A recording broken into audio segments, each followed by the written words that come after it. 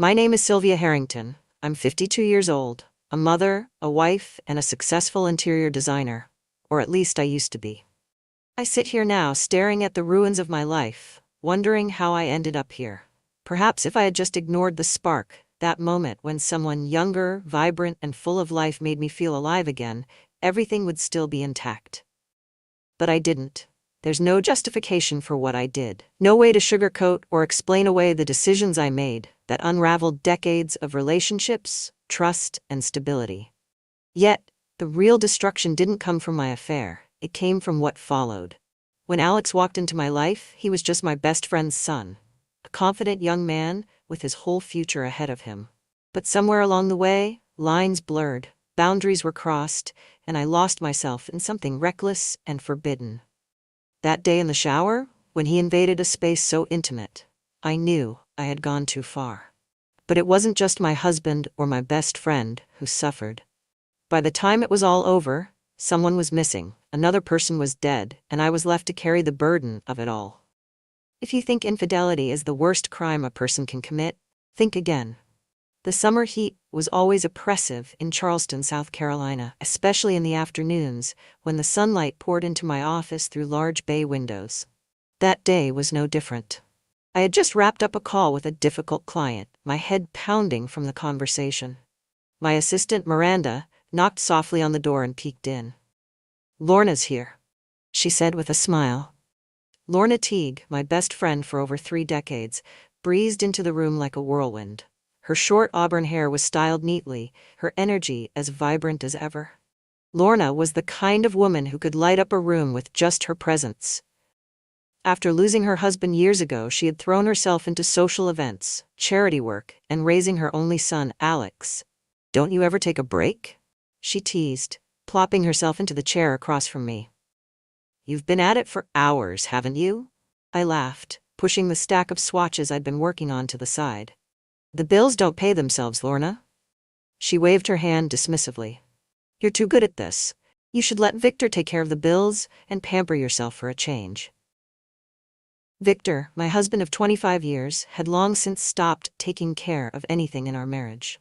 Our relationship had become one of routine and necessity, a shared mortgage, shared social obligations, and little else. I forced a smile, unwilling to dive into that conversation. "How's Alex doing?" I asked, changing the subject. Lorna beamed. "He's home for the summer, finished his 2nd year of law school and already making waves. He's interning at a firm downtown, but I swear he works harder than some of the partners." It was impossible not to admire the pride in her voice.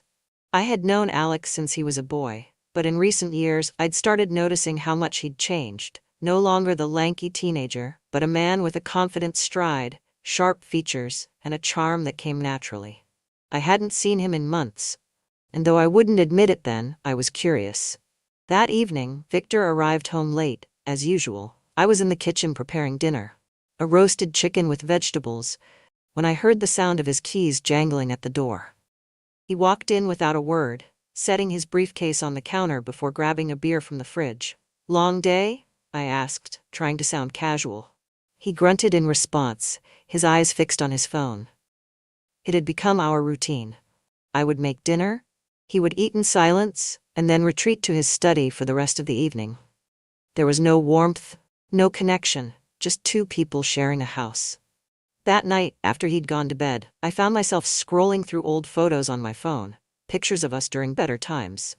One photo in particular caught my attention, a vacation in Italy from years ago. We were standing on a cobblestone street, Victor's arm around my waist, both of us smiling. I couldn't remember the last time he'd looked at me that way. The following weekend, Lorna invited us to a small gathering at her house, a casual barbecue to celebrate Alex's summer internship. Victor, unsurprisingly, declined, citing work obligations. I went alone. Lorna's backyard was as picturesque as ever, with string lights hanging from the trees and the smell of grilled steaks wafting through the air. Guests mingled with glasses of wine, laughter carrying over the music playing softly in the background. And then I saw him. Alex stood by the grill, chatting with a group of people, his easy smile lighting up the conversation. He wore a navy button-up shirt, the sleeves rolled to his elbows, revealing tanned, muscular forearms. His dark hair was neatly combed, and when his eyes met mine, he gave a small wave. "Sylvia," he called, walking over. "Alex," I said, feeling an inexplicable flutter in my chest. "It's good to see you." "You look great," he said, his gaze lingering a little too long. We fell into easy conversation, talking about his internship, his classes, and his plans for the future. He was articulate, ambitious, and confident in a way that made me feel both inspired and uncomfortably self-aware. Later that evening, as I helped Lorna clear the dishes, she nudged me playfully. "Alex couldn't stop talking about you earlier," she said. "He's always admired you, you know. Says you're the coolest of all my friends." I laughed it off, but the comment stayed with me. It happened a few weeks later. Lorna had asked me to swing by her house to drop off some design sketches for a remodel she was considering. When I arrived, only Alex was home.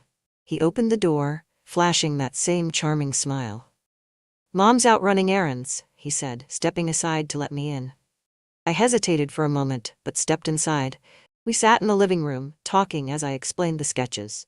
At some point, the conversation shifted to more personal topics. His struggles with law school, his father's absence, and his complicated relationship with his mother. "You've always been easy to talk to," he said, his voice soft. I smiled, but my heart was racing. Alex leaned forward slightly, his elbows resting on his knees, as if he were confiding something secretive. His gaze felt heavy, like it was searching for something in me. I tried to ignore the intensity of it, focusing instead on the papers in front of me.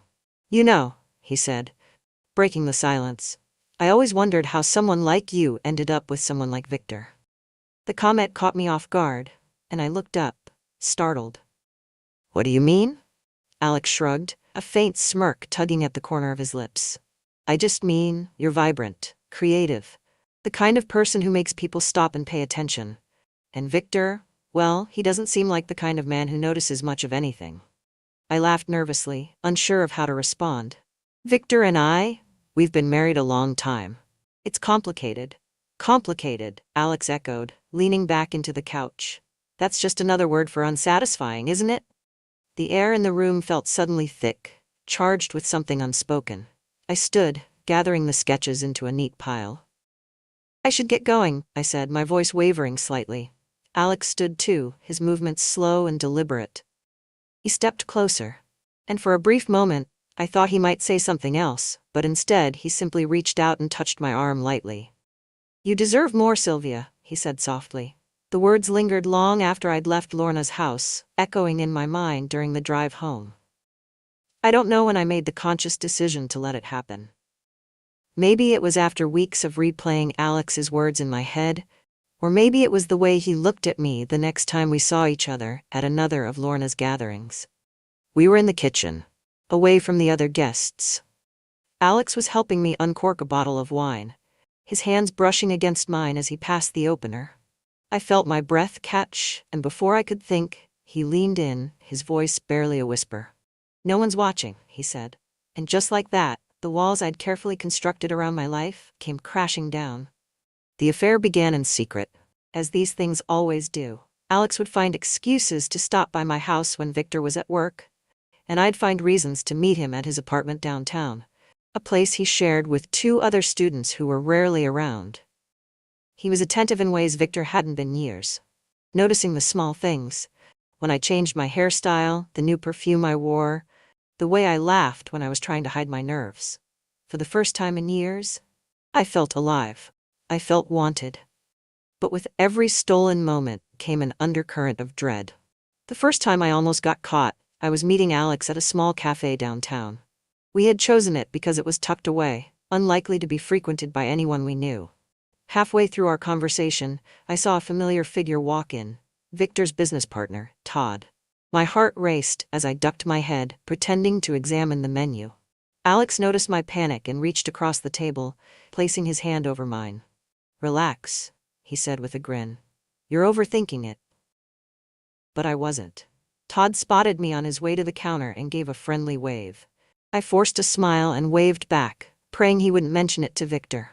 That night, as I lay in bed beside my husband, the weight of my actions pressed down on me. The thrill of being with Alex was intoxicating, but the risks were becoming harder to ignore.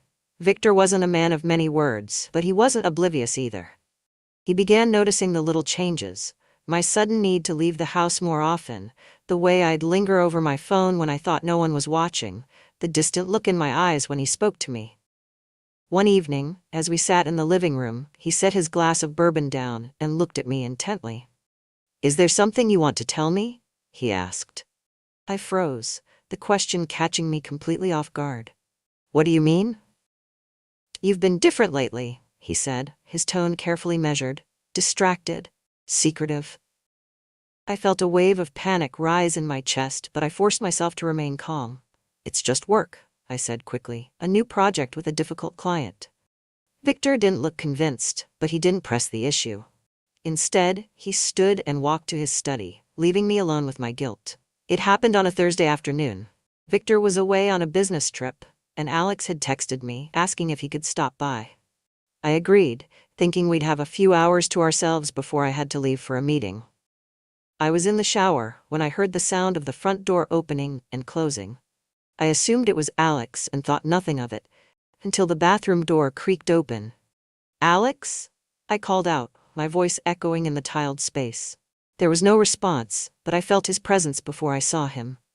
He stepped inside, his figure visible through the frosted glass of the shower door. "What are you doing?" I hissed, trying to keep my voice low. He didn't answer, just slid the door open slightly, his eyes meeting mine with an intensity that made my stomach flip. "I couldn't wait," he said, his voice low and unapologetic. The moment was electric, charged with a mix of fear and desire. But before anything could happen, the sound of a car pulling into the driveway shattered the tension. "Victor." Panic surged through me as I shoved Alex out of the bathroom and scrambled to get dressed. By the time Victor entered the house, Alex was gone, slipping out the back door unnoticed. I managed to greet my husband with a forced smile, my heart still racing. I didn't sleep that night. My mind raced with thoughts of what could have happened if Victor had walked in a few minutes earlier. The risk was no longer an abstract fear. It was real, tangible, and terrifying. Victor didn't seem to suspect anything, at least not yet. But the close call left me shaken. For the next week, I avoided Alex, ignoring his texts and calls. I told myself it was over, that I couldn't keep doing this.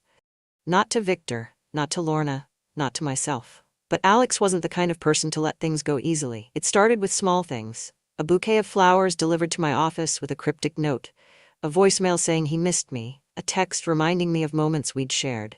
"Stop," I replied to one of his messages. "This has gone too far. It's over." But Alex didn't stop. If anything, his behavior grew bolder. One afternoon, while I was working at home, I heard a knock at the door. My heart sank when I saw Alex standing on the porch, holding a coffee cup and wearing that same disarming smile. "You can't be here," I said, stepping outside and closing the door behind me. "I just wanted to see you," he said. "You've been avoiding me." "I have to," I said firmly. "It's not safe." Alex's smile faltered for the first time. His expression darkened, and for a moment, I glimpsed something in him I hadn't seen before: resentment. Maybe even anger. "You can't just cut me off like this," he said. I glanced over my shoulder, paranoid that a neighbor might be watching. "You need to leave," I said, my voice trembling. Alex stared at me for a long moment before turning and walking away. The next week passed in a blur. I threw myself into work, desperate to keep my mind occupied. But no matter how much I tried to focus, I couldn't shake the feeling that my carefully constructed world was beginning to crumble. And then, the worst happened. It was a quiet evening. Victor was in the living room, reading a book, while I sat at the kitchen counter, pretending to go over invoices.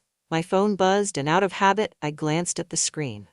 It was a text from Alex. "I miss you. I need to see you." Before I could react, Victor's voice broke the silence. "Who's texting you so late?" I froze, my mind scrambling for an excuse. "Just a client," I said, forcing a casual tone. Victor set his book down and walked over. "Let me see." My stomach dropped. "Victor, it's nothing." But he wasn't listening. He reached for my phone, and in my panic, I hesitated just a moment too long. That was all it took. Victor unlocked the phone and read the message. His face darkened, his jaw tightening as he scrolled through the texts. "You've been lying to me," he said, his voice low and dangerous. I opened my mouth to respond, but no words came out. Who is he? Victor demanded, slamming the phone down on the counter. Tears welled in my eyes as I tried to explain, but there was no justification, no excuse that could make this right. It's Alex, I finally admitted, my voice barely above a whisper. Victor's face contorted with disbelief and fury. Alex, Lorna's son? Are you kidding me, Sylvia? I don't remember much of what happened after that. Victor stormed out of the house, slamming the door behind him. I spent the rest of the night in a daze, replaying the moment over and over in my mind. The next day, I got a call from Lorna. Her voice was sharp, her words cutting. Victor told me everything, she said. How could you? How could you do this to me, to your family, to my son? Lorna, Don't, she snapped. I don't want to hear your excuses. You're disgusting, Sylvia. You've ruined everything. And just like that, our decades-long friendship was over. The fallout was swift and brutal. Victor moved out of the house, filing for divorce within weeks. Lorna cut all ties with me, refusing to even acknowledge my existence. Word spread through our social circle, and I became a pariah overnight. But the worst part was losing Mia. My daughter had always been distant, but when she found out about the affair, she called me in tears, accusing me of destroying our family. I don't know who you are anymore, she said before hanging up. I tried to tell myself I deserved it, that this was the price I had to pay for my mistakes. But the loneliness was suffocating. Just when I thought things couldn't get worse, they did. It started with a series of anonymous messages, short, cryptic notes left in my mailbox or taped to my car windshield. You'll pay for what you've done. At first I thought it was Victor or Lorna. But then I began noticing other strange things. A car parked outside my house for hours, headlights cutting through the darkness late at night, the sound of footsteps on my porch when no one was there. One morning, I found my car vandalized. The windows were shattered, and the word whore was spray-painted across the hood. I reported it to the police, but there was little they could do without any leads. The next time I saw Alex, it was unplanned. I was at the grocery store, picking up a few items when I spotted him in the next aisle. He saw me too and walked over, his expression unreadable. We need to talk, he said. There's nothing to talk about, I said, keeping my voice low. It's over, Alex. It's been over. He laughed bitterly. You think you can just walk away, after everything we've been through? There is no we, I said firmly. But Alex wasn't listening. His voice grew louder, his tone more desperate. You don't get to do this to me, he said. You don't get to just throw me away. I left the store without buying anything, my hands trembling as I gripped the steering wheel. A week later, Lorna disappeared. Her car was found abandoned at a park on the edge of town, but there was no sign of her. The police launched an investigation, questioning everyone close to her, including me. What was your relationship with Lorna like? The detective asked, his eyes narrowing. We were best friends, I said, my voice cracking. Until recently. And why's that? I hesitated, unsure of how much to reveal. We had a falling out, I said finally. The detective didn't look convinced, but he didn't press further. Lorna's disappearance sent shockwaves through the community. She wasn't the type to vanish without a trace, and her friends and family were desperate for answers. The police conducted searches, interviewed neighbors, and even questioned Alex, but nothing led to a breakthrough. For me, it was a nightmare that wouldn't end. Victor called one evening, his tone cold and accusatory. Did you have something to do with this? He asked bluntly. I was stunned. Of course not. How could you even think that? He scoffed. You've already proven you're capable of betrayal, Sylvia. Forgive me if I don't take you at your word. His words cut deeper than I cared to admit, but as much as I wanted to defend myself, I couldn't ignore the small, nagging doubt in the back of my mind. What if Alex had something to do with Lorna's disappearance? 2 weeks after Lorna went missing, Alex showed up at my house uninvited. It was late, and I was already on edge after hearing strange noises outside earlier in the evening. When I opened the door, he looked disheveled, his hair messy, his shirt wrinkled, and his eyes bloodshot. I need to talk to you, he said, pushing past me into the house. Alex, you can't be here, I said, my voice trembling. It's not safe? For who? You or me? He shot back, his tone bitter. I tried to calm him down, but he was agitated, pacing back and forth in the living room. They think I did it, he said suddenly, his voice cracking. The police. They think I had something to do with my mom disappearing. I stared at him, my heart pounding. Why would they think that? He stopped pacing and looked at me, his expression unreadable. Because I told her about us, he said quietly. The room seemed to tilt, my vision blurring as his words sank in.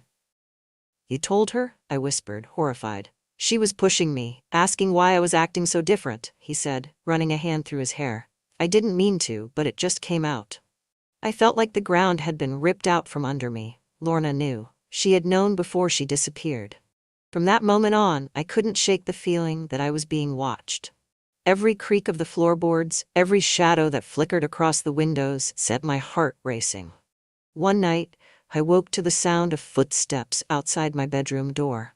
I held my breath, straining to hear, but the house fell silent again. When I finally mustered the courage to get up and check, the hallway was empty. I told myself I was imagining things, that my guilt and fear were playing tricks on me. But deep down, I knew something wasn't right. It all came to a head one stormy evening. I was in the kitchen trying to focus on preparing dinner. When the power went out, the house plunged into darkness, and my pulse quickened as I fumbled for a flashlight. That's when I heard it. A soft knock at the back door. Who's there? I called out, my voice shaking. No answer. I crept toward the door, gripping the flashlight tightly. When I reached it, I hesitated, my hand hovering over the lock. Then, the knock came again. Louder this time, more insistent. Against my better judgment, I unlocked the door and swung it open. Alex stood there, drenched from the rain, his eyes wild and desperate. You need to let me in, he said, his voice shaking. Alex, I can't do this anymore, I said, stepping back. You need to leave. He pushed past me, slamming the door shut behind him. You don't get it, do you? He said, his voice rising. They're coming after me. They think I killed her, Sylvia. I backed away, my heart racing. Did you? I blurted out before I could stop myself. Alex froze, his expression twisting into one of hurt and anger. How could you even ask me that? He said. But he didn't answer. The tension reached its breaking point when Alex grabbed my arm, his grip firm but not painful. You need to help me, he said. You're the only one I can trust. Let me go, Alex, I said, my voice trembling. Before he could respond, there was a loud knock at the front door. Police! Open up. Alex's eyes widened in panic. You called them? He hissed. I didn't, I said, equally confused and terrified. The knocking grew louder, more insistent. Alex looked around, his eyes darting toward the back door. They're going to arrest me, he said, his voice breaking. Alex, you need to turn yourself in, I said. Running will only make things worse. But he wasn't listening. He bolted for the back door, disappearing into the night just as the police burst through the front. The police searched the house, questioning me for hours about Alex's whereabouts and Lorna's disappearance. I told them everything about the affair, the vandalism, Alex's erratic behavior. They didn't seem surprised. 2 days later, Alex was arrested at a motel on the outskirts of town. He denied any involvement in Lorna's disappearance, but the evidence against him was damning. A bloody scarf matching Lorna's DNA was found in his car, along with text messages suggesting he'd had a confrontation with her the night she vanished. I wanted to believe he was innocent, but the truth was, I didn't know what to believe anymore. In the weeks that followed, my life fell apart completely. The divorce was finalized, leaving me with barely enough to keep the house. Mia refused to speak to me, and the community continued to treat me like a pariah. And yet, the worst part was the silence. The absence of Lorna's laughter, the empty space where our friendship used to be. As I sit here now, recounting the events that led to this moment, I can't help but wonder if things could have been different. If I had made different choices, would Lorna still be here? Would Alex's life still be intact? Or was this always how it was meant to end? I never thought anyone would read my journal. It wasn't meant for anyone else. The pages were mine, filled with the confessions I couldn't say out loud, the emotions I kept buried under polite smiles and carefully chosen words. But when I walked into the living room that afternoon and saw Nathan holding it, the blood drained from my face. Where did you find that? My voice came out sharper than I intended, startling him. Nathan looked up, his eyes wide with guilt. It was on the coffee table, he said quickly, holding the journal up as though it were evidence of his innocence. I didn't know it was yours." "Of course it's mine," I snapped, crossing the room in a few quick strides. I snatched it from his hands, my fingers trembling. He hesitated, his expression softening. "I'm sorry. I didn't mean to invade your privacy. I only read a little." My stomach twisted at the thought of what he might have seen. "Nathan," I began, clutching the journal to my chest like it could shield me from the weight of his gaze. "You shouldn't have." But I stopped when I noticed the look on his face. It wasn't just guilt. There was something else there, something that made my cheeks flush. He wasn't looking at me like a son should look at a stepmother. He was looking at me like a man who had seen something he couldn't ignore. "I didn't mean to upset you," he said softly. "But the things you wrote." He trailed off, shaking his head. "What about them?" I demanded, though my voice was barely above a whisper. "They're honest," he said, his eyes locking with mine. "And sad. You wrote about feeling invisible, like no one really sees you. Is that true?" The question hit harder than I expected, and for a moment I couldn't speak. Of course it was true. That was the whole point of writing it down, so I wouldn't have to admit it to anyone else. "It's just thoughts," I said finally, turning away from him. "It doesn't mean anything." "It means something," he said firmly, his voice steady but gentle. I felt the tears rising, but I refused to let them fall. "Nathan, please just forget you saw it," I said, my back still to him. "It's personal." "Okay," he said after a long pause. "I'll drop it, but for what it's worth, you're not invisible. Not to me." The sincerity in his voice made my chest ache, and I clutched the journal tighter. When I finally turned to look at him, he was already walking toward the kitchen, leaving me alone with my thoughts and the overwhelming awareness that something had just shifted between us. After my husband passed 5 years ago, the house became too quiet. The silence was deafening at first, but over time, I grew used to it. I filled the days with little rituals to distract myself, tidying up rooms that didn't need cleaning, gardening until my hands ached, writing in my journal late into the night. When Nathan moved back in a few months ago, the quiet was replaced by the sound of his footsteps upstairs, the faint hum of his music drifting through the walls, the clatter of dishes as he helped himself to whatever leftovers I'd made. It was nice, having someone here again. But it was also unsettling. He wasn't the boy I had helped raise. At 24, he was taller, broader, with a confidence that hadn't been there before. His laugh was deeper, his gaze sharper, and the way he carried himself made it impossible to ignore the man he'd become. I told myself it was harmless, the way my heart fluttered when he smiled at me, or the way I lingered too long in the doorway when he was talking. I was just lonely, that was all. It didn't mean anything. But now, standing in the living room with my journal pressed against my chest, I couldn't shake the feeling that Nathan had seen something in me that I didn't want anyone to see. That night, I couldn't sleep.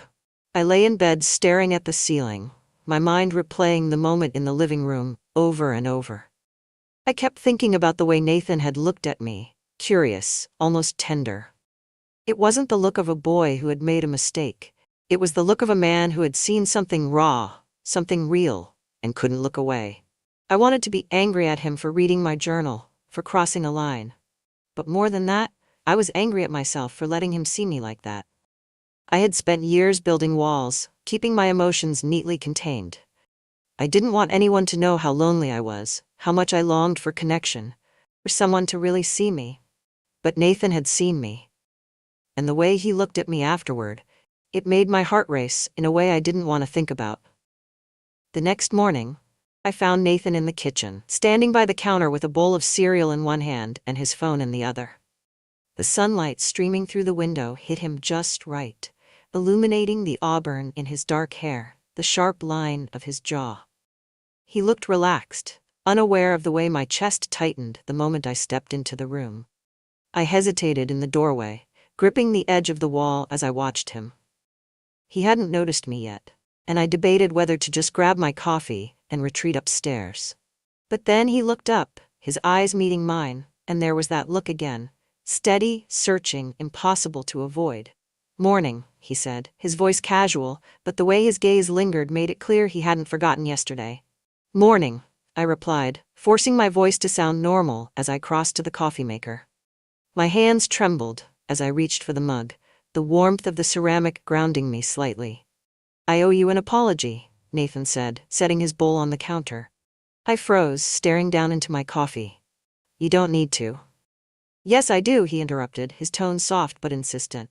"I shouldn't have looked at your journal. That was wrong, and I'm sorry." His words hung in the air, genuine and unguarded, and I felt the knot in my chest loosen just a little. "I shouldn't have left it out," I said finally, glancing over at him. "It wasn't your fault. But thank you for saying that." Nathan nodded, his expression thoughtful. "For what it's worth, I only read a little. Just enough to know you've been carrying a lot." I stiffened, my chest tightening again. "Nathan?" "I'm not judging," he said quickly, stepping closer. I don't like the idea of you feeling like that. Like you're alone." I turned to face him fully, my coffee forgotten in my hand. "I'm fine," I said, the words automatic, practiced. "You don't have to be," he replied, his voice quieter now. "It's okay to let someone in." The vulnerability in his voice, the way his gaze held mine, it was too much. I looked away, gripping the mug tighter. "It's not that simple." "Maybe it is," he said, his tone soft but unwavering. "You just don't want to believe it." The truth in his words made my chest ache. I swallowed hard, willing myself to keep it together. "I appreciate what you're trying to do, Nathan, but I'm fine, really." He didn't argue, but the way he looked at me, like he could see straight through the walls I'd spent years building, left me feeling more exposed than ever. I turned back to the counter, busying myself with adding cream to my coffee, anything to break the tension. But even as I moved, I could feel his presence behind me, steady and unrelenting. "I just want you to know," he said quietly, "that I'm here. If you ever need to talk, or anything." His words lingered long after he left the kitchen, the quiet weight of them settling into the corners of the room. Later that evening, as the sun dipped low in the sky, we found ourselves in the living room. Nathan had put on some music, something soft and instrumental, and the faint strains of the piano filled the space as we sat across from each other. I had picked up a book, more as a distraction than anything else, but I couldn't focus on the words. My gaze kept drifting to Nathan, the way he leaned back in the armchair, his long legs stretched out, one hand resting on the armrest. He looked so at ease, so unbothered by the tension I couldn't seem to shake. But then his eyes met mine, and I realized he wasn't as relaxed as he seemed. "You've been quiet," he said, tilting his head slightly. "Just tired," I lied, closing the book in my lap. Nathan studied me for a moment, his expression thoughtful. "You don't have to keep everything to yourself, you know." I let out a soft laugh, though it sounded hollow even to me. "Old habits die hard, I guess." "You've spent your whole life taking care of other people," he said, his voice steady. "Maybe it's time you let someone take care of you." His words caught me off guard, and I felt my breath hitch. "Nathan?" "I mean it," he said, leaning forward slightly. "You deserve that." I looked away, the weight of his gaze too much to bear. "It's not that simple," I said again, my voice barely above a whisper.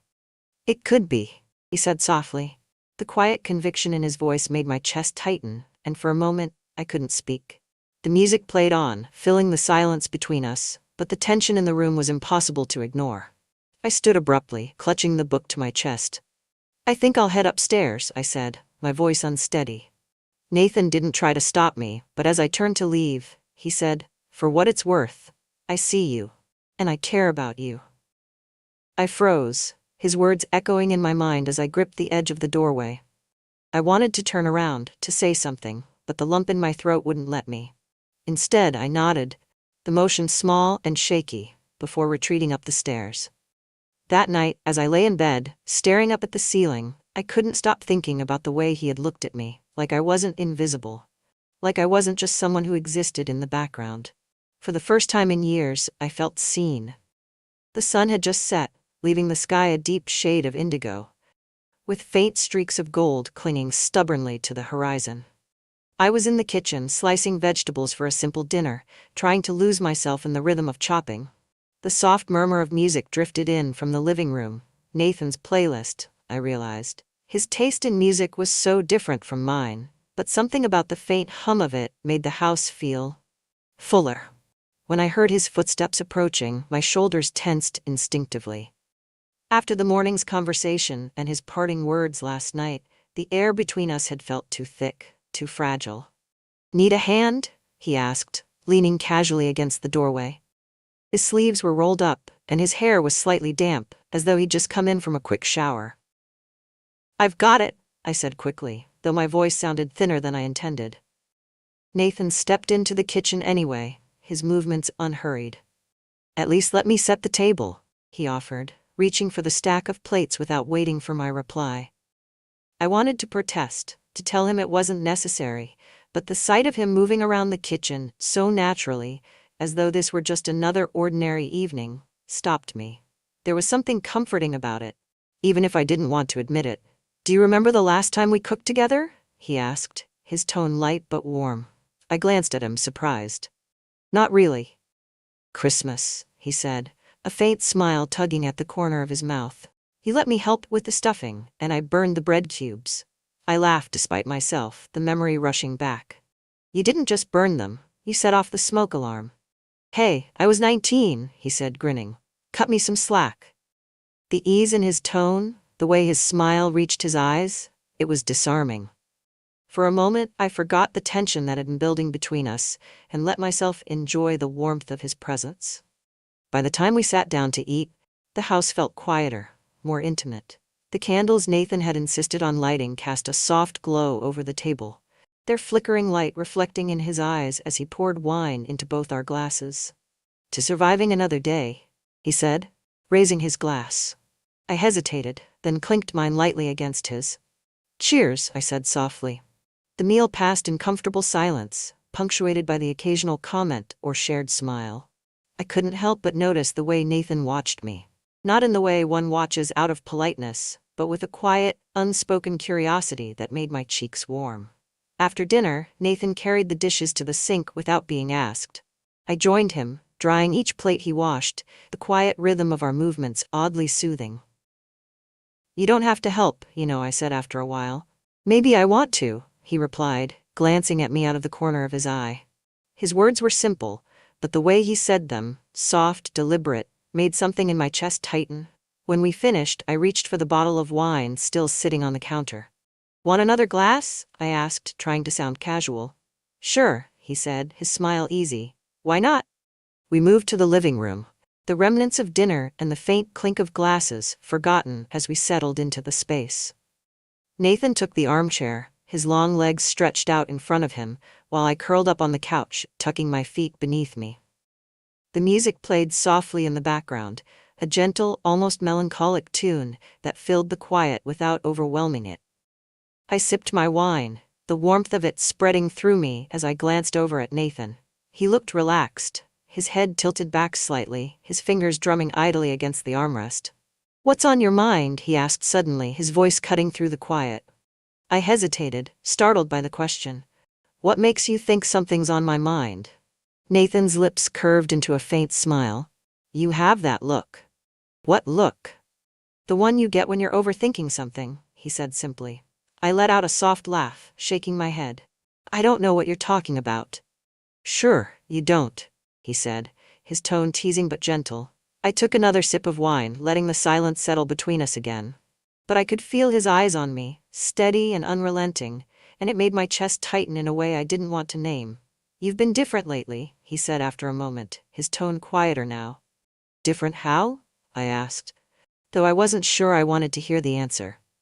"I don't know," he said, tilting his head slightly as he studied me. "Quieter, maybe more guarded." I let out a soft sigh, setting my glass down on the table. "It's just been a lot," I admitted, my voice barely above a whisper. Nathan nodded, his expression softening. "I get that," he said. "But you don't have to go through it alone." The sincerity in his voice, the quiet warmth in his gaze, it was too much. I looked away, my hands fidgeting in my lap. "It's not that simple," I said softly. "Maybe it is," he said, leaning forward slightly. I glanced at him, my heart pounding. "Nathan?"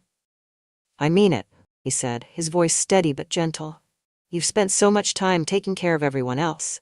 Maybe it's time you let someone take care of you." His words settled over me, heavy and unrelenting, and I felt my breath hitch. I wanted to argue, to brush it off, but the truth of what he was saying was impossible to ignore. "You shouldn't say things like that," I said finally, my voice trembling. Why not? He asked, his gaze unwavering. Because. I trailed off, unable to find the words. Nathan leaned back slightly, his expression soft but thoughtful. Just think about it, he said quietly. I nodded, unable to speak. The weight of his words, the way he looked at me, it left me feeling unsteady, as though the ground beneath me had shifted. When I finally went to bed that night, his voice lingered in my mind, his words replaying over and over until I couldn't tell where they ended and my own thoughts began. The next afternoon, I found myself in the garden, kneeling in the dirt with a pair of pruning shears in one hand and a bundle of freshly clipped lavender in the other.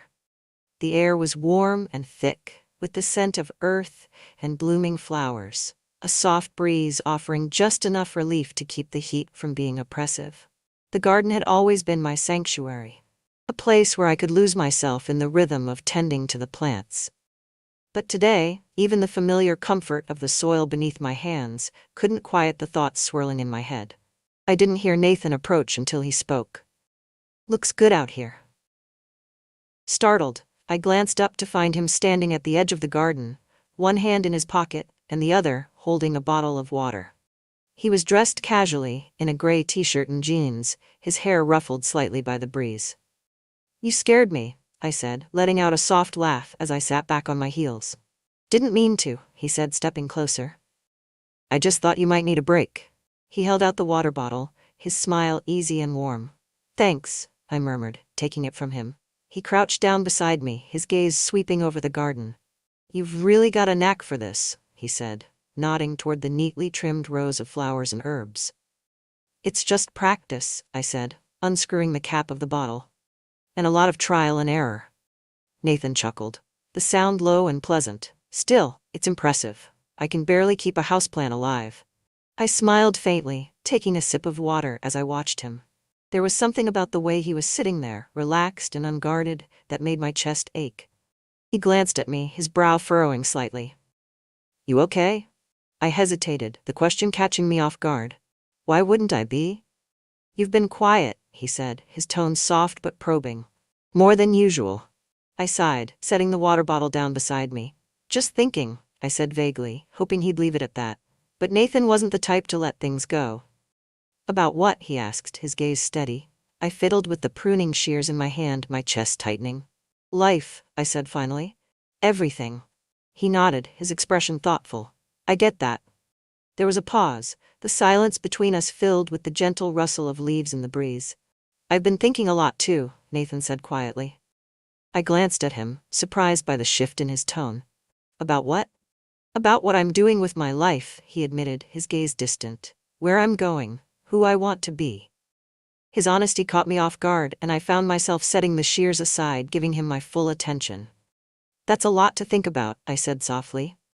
Yeah, he said, a faint, self-deprecating smile tugging at his lips. I guess I thought by this age I'd have it all figured out. I let out a soft laugh, shaking my head. No one has it all figured out, Nathan. Not even people twice your age. He looked at me then, his expression softening. Do you? The question hit harder than I expected, and for a moment, I didn't know how to answer. No, I said finally, my voice quieter. I've been pretending for a long time, but no, I don't. Nathan leaned back slightly, resting his hands on his thighs as he studied me. It's funny, he said after a moment. I always thought you were the one who had it all together. I let out a shaky breath, my chest tightening. I've been faking it for years, I admitted, the words tumbling out before I could stop them. After your dad passed, I didn't know what else to do. I just kept moving forward, because stopping wasn't an option. Nathan's brow furrowed, and he reached out, his hand brushing lightly against mine. The touch was brief, almost tentative, but it sent a shiver up my spine. You don't have to fake it with me, he said softly. The sincerity in his voice, the quiet warmth in his gaze, it was too much. I looked away, my hands trembling as I reached for the lavender beside me. It's hard to stop, I whispered. When it's all you've ever known. Nathan didn't say anything right away, but when I looked at him, his expression was steady, unflinching. You deserve to feel like yourself again, he said. The weight of his words settled over me, heavy and unrelenting. I don't know who that is anymore, I admitted, my voice trembling. His hand found mine again, this time lingering. Then maybe it's time to find out. I stared at him, my chest tightening as his words hung in the air. The world around us seemed impossibly still, the only sound the faint rustle of the wind and the pounding of my own heart. For the first time in years, I felt like the walls I had built around myself were beginning to crack. The house was quiet by the time I came downstairs, the kind of deep stillness that only comes late at night. I had been tossing and turning for hours, my thoughts too tangled to let me sleep. The day's conversations with Nathan kept replaying in my mind, his words, his touch, the way he had looked at me in the garden. I told myself I just needed a cup of tea to settle my nerves. But the truth was, I was restless, pulled by an unease I couldn't shake. The dim light from the kitchen was soothing as I stepped inside, the cool tile grounding me. I moved automatically, filling the kettle with water, but the sound of footsteps behind me made me freeze. I turned to find Nathan standing in the doorway, his hair mussed and his t-shirt slightly wrinkled, as though he hadn't expected to see anyone awake. "Couldn't sleep?" he asked softly. I shook my head, reaching for a mug. "No, you?" "Same," he said, stepping into the room. There was a hesitation in his movements, like he wasn't sure if he should stay or go, but he finally leaned against the counter, his gaze settling on me. I avoided his eyes, focusing on the task of preparing tea, but I could feel his presence, warm and steady, filling the room. For a while, neither of us spoke. The faint hum of the kettle filled the silence, and I felt my pulse quicken, my hands trembling slightly as I busied myself with the tea bags. "Can I ask you something?" Nathan said suddenly, breaking the quiet. I glanced at him, startled by the seriousness in his tone. "What is it?" He hesitated, his brow furrowing as he searched for the right words. "Do you ever feel like you're not living your life? Like you're just going through the motions?" His question caught me off guard, and I turned fully to face him. The kettle momentarily forgotten. "All the time," I admitted, the honesty surprising even me. Nathan nodded, his expression thoughtful. "I've been feeling that way a lot lately," he said, "like I'm stuck in this loop, trying to be what everyone expects me to be, but it's not enough." The vulnerability in his voice, the rawness of his confession, made my chest ache. "It's hard," I said softly, "letting yourself admit that, even to yourself." He looked up at me then, his eyes steady and unguarded. "What about you?" "What about me?" I asked, my voice trembling. "Are you happy?" "You happy?"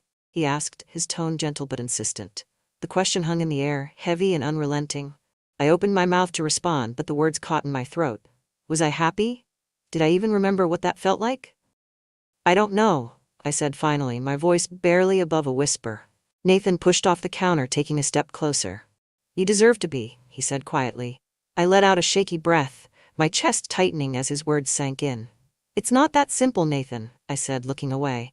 "Why not?" he asked, his voice soft but firm. "Because it's not just about me," I said, shaking my head. "There are expectations, responsibilities, people depend on me." "And who do you depend on?" he asked, the question cutting through me like a knife. I stared at him, my breath catching as the truth settled over me.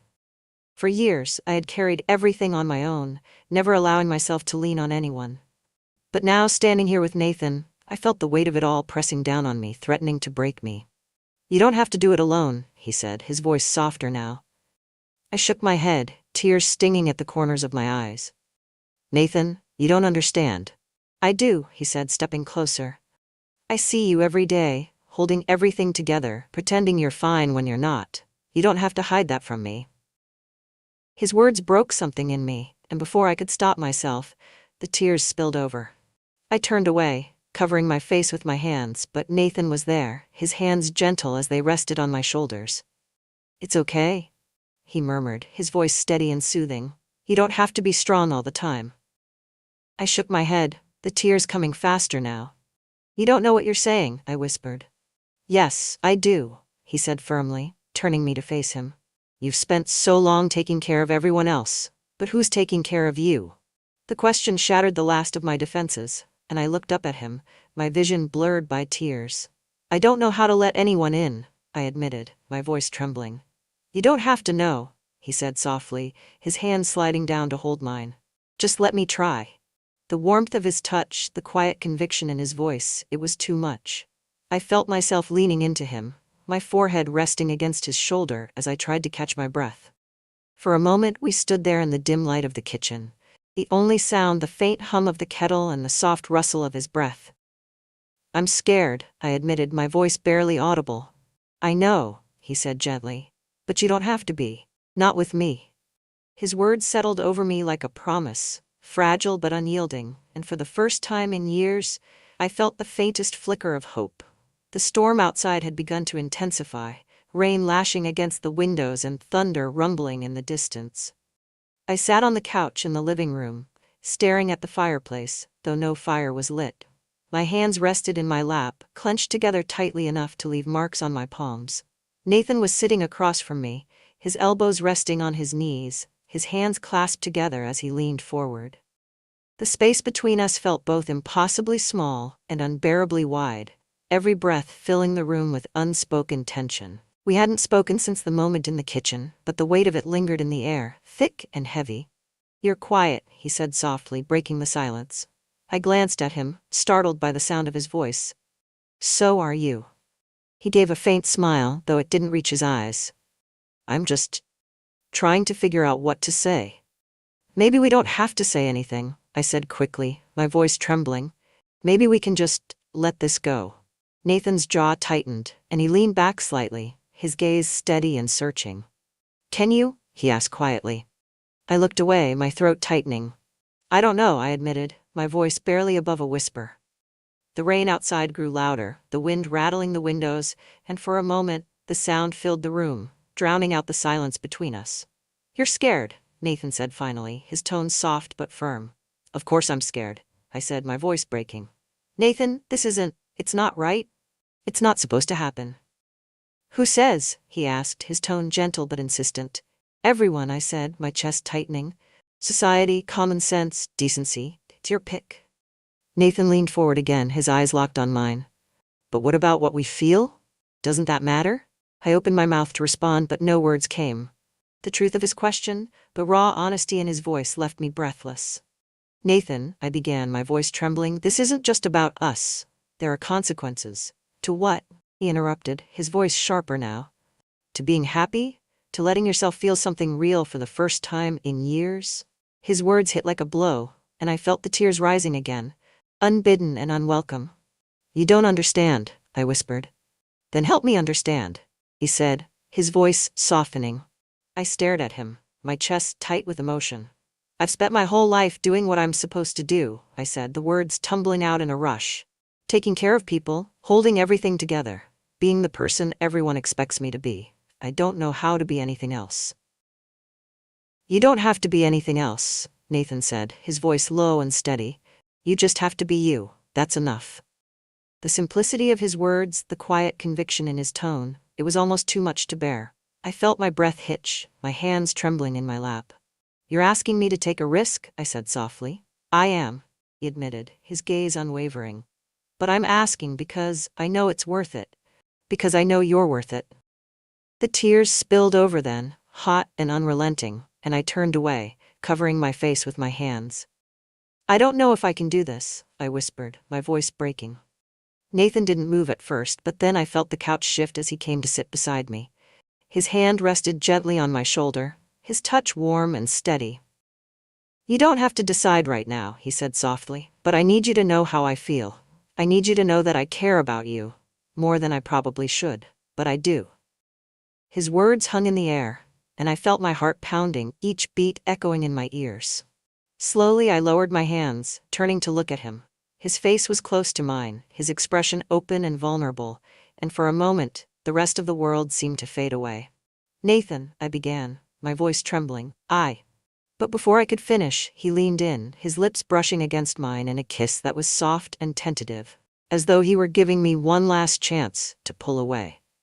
I didn't. Instead, I leaned into him, my hands clutching the fabric of his shirt as the kiss deepened.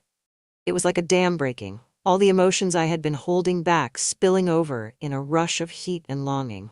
His hands moved to my waist, pulling me closer, and I felt myself melting into him, my body responding in ways I hadn't felt in years. The room seemed to spin. The storm outside, nothing more than a distant hum, as I lost myself in the warmth of his touch, the strength of his arms around me. When we finally pulled apart, our breaths were ragged, our foreheads resting together. I could feel the heat of his skin, the steady thrum of his heartbeat against mine, and for the first time in what felt like forever, I didn't feel alone. "This is crazy," I whispered, my voice barely audible. "Maybe," Nathan said, his tone soft but certain. "But it's real." I closed my eyes, my chest tight with a mix of fear and longing. "What happens now?"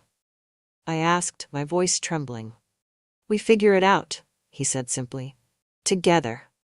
His words settled over me like a promise, fragile but unyielding, and for the first time in years, I felt like maybe, just maybe, I could let myself believe in something more. The morning arrived softly, the storm having passed sometime during the night. The sun filtered through the windows in golden streaks, casting gentle light across the living room. I was still on the couch, wrapped in a throw blanket, staring at the remnants of the night. A wine glass sat forgotten on the table, next to the faint imprint of where Nathan's hand had rested on the fabric of the couch. I hadn't slept much. My mind had been too full, cycling through emotions too vast and too complex to untangle. The memory of his touch lingered, as did the echo of his words. "We'll figure it out. Together." The sound of footsteps broke the quiet, and I turned toward the doorway.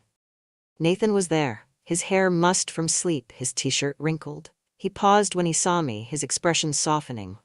"Morning," he said, his voice low and tentative. "Morning," I replied, my voice quieter than usual. He hesitated, then stepped into the room, his movements slow and deliberate. "Did you sleep at all?" "A little," I lied, pulling the blanket tighter around myself. Nathan sat down in the armchair across from me, his gaze steady but unreadable. For a moment neither of us spoke. The weight of everything that had happened hung between us, fragile and unspoken. "I meant what I said last night," he said finally, his voice soft but firm. I looked at him, my heart tightening. "Nathan, I know it's complicated," he said, cutting me off gently. "I know there's a lot to think about, but I don't regret it, not for a second." The sincerity in his voice, the quiet conviction in his eyes, made my chest ache. "It's not just about regret," I said softly. "It's about what this means, about where we go from here." Nathan nodded, his expression thoughtful. "I don't have all the answers," he admitted, "but I know how I feel, and I think you feel it too."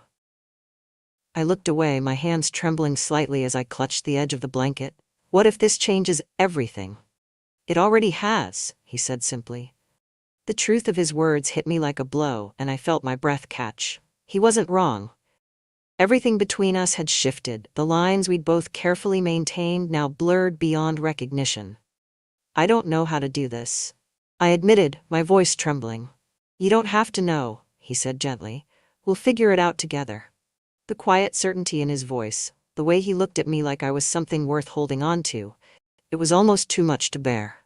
I let out a shaky breath, my chest tight with emotion. "Nathan, this isn't just about us. People would never understand."